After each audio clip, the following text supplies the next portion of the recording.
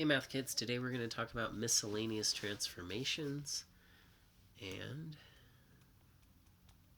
we are going to start with a line for f of x.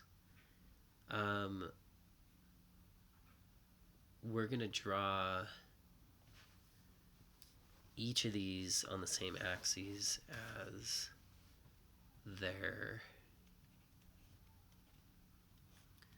the original. So if we graph the original, we have a 1, and then we go up 1 over 2. So the original looks like this. Okay, now if we want to graph f of x plus 2, that's on the inside of the function. And when we're on the inside of the function, if you remember from our translation video, you act counterintuitively. And so since this is plus 2, you would think it goes to the right, but it actually goes to the left. And so this point is going to go to the left by 2. And so this is at -2, by the way. -1. Okay, so this point will go left 2. This point will go left 2. And this point will go left 2. And so our new function is the same function, just shifted to the left 2. Okay. Now,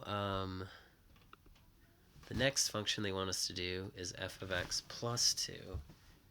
So f of x plus 2. And so since it's on the outside, it moves up and down, and it's actually intuitive. And so if we take the green one and we shift it up 2, we're going to go 1, 2, 1, 2, 1, 2, and that's where the new one would be.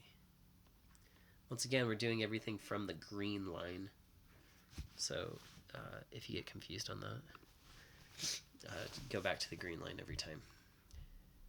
Okay, now we're going to do 2 times f of x.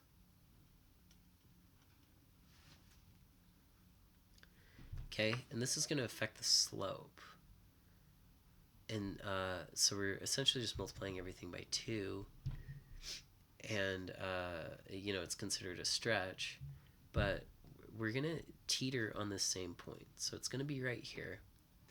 But since our slope is going to be 2 more from that point, we multiply the slope by 2. And that just becomes 1. So we're just going to go up 1 over 1. Up 1 over 1.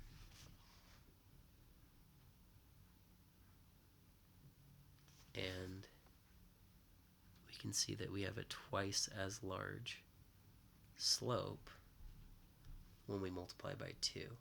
Another thing to point out is if we multiplied this entire thing by 2, the y-intercept would be 2, because 1 times 2, and that's what we still saw graphically. All right, we just have one more, and this is negative f of x. Okay, since it's on, once again, we're focusing on the green, and negative on the outside affects it on the y, meaning we cross the x, though. So we are going to reflect across the x-axis, and our goal, this is our point where we kind of transition, and we want to have the same slope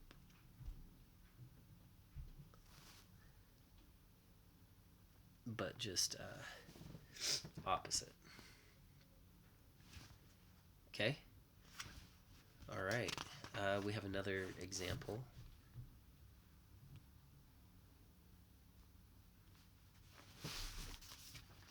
Okay, on this one, it says, consider a function f of x.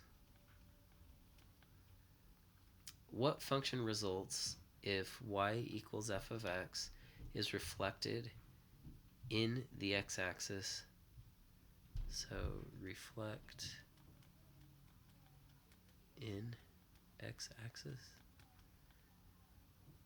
then translate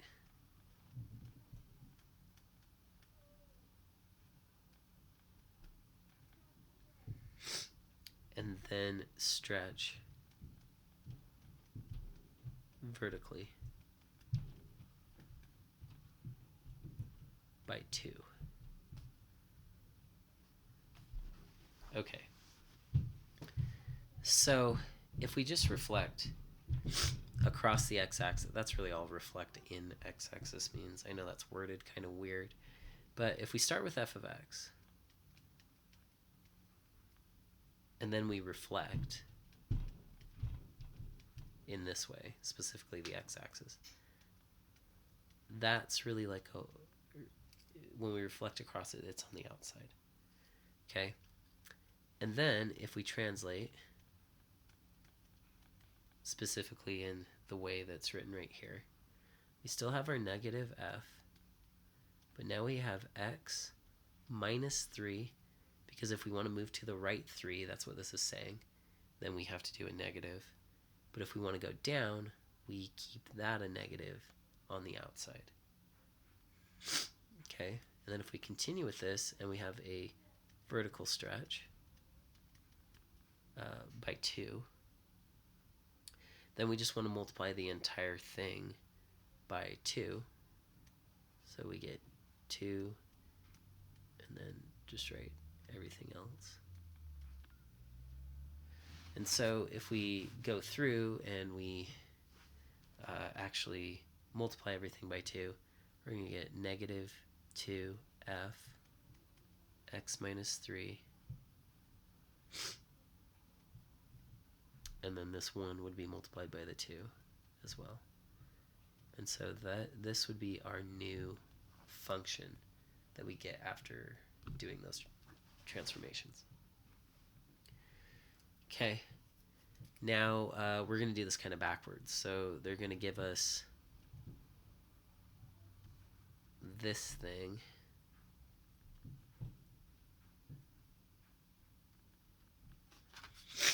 And we need to describe it in words.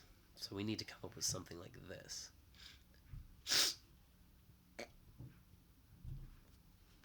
Okay. So I would kind of work from the outside in.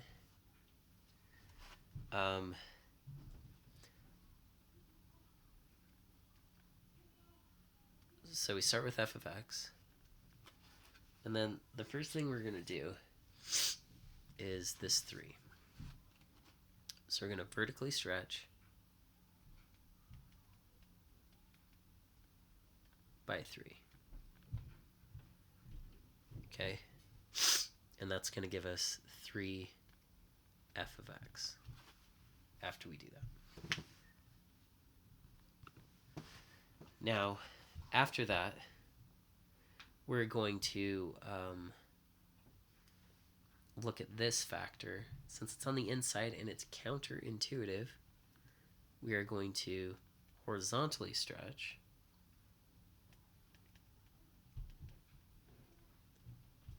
by 1/2. Once again, it's counterintuitive, and that would end up looking like that. 3f of 2x. Okay. Now, after that, we're going to take care of the translation. So it's this piece and this piece. So we'll translate. Now remember, this one's counterintuitive, and so that's going to be just a 1 on our translation, but this one is intuitive, and so it's -2, like that. Okay, and that would leave us with 3f 2 x minus 1 minus 2, like that. And we have all the pieces taken care of. This purple thing is the same as the blue thing up here, and so we did what we needed to do. If you need additional help, please come to Math Lab. Until then, calculator.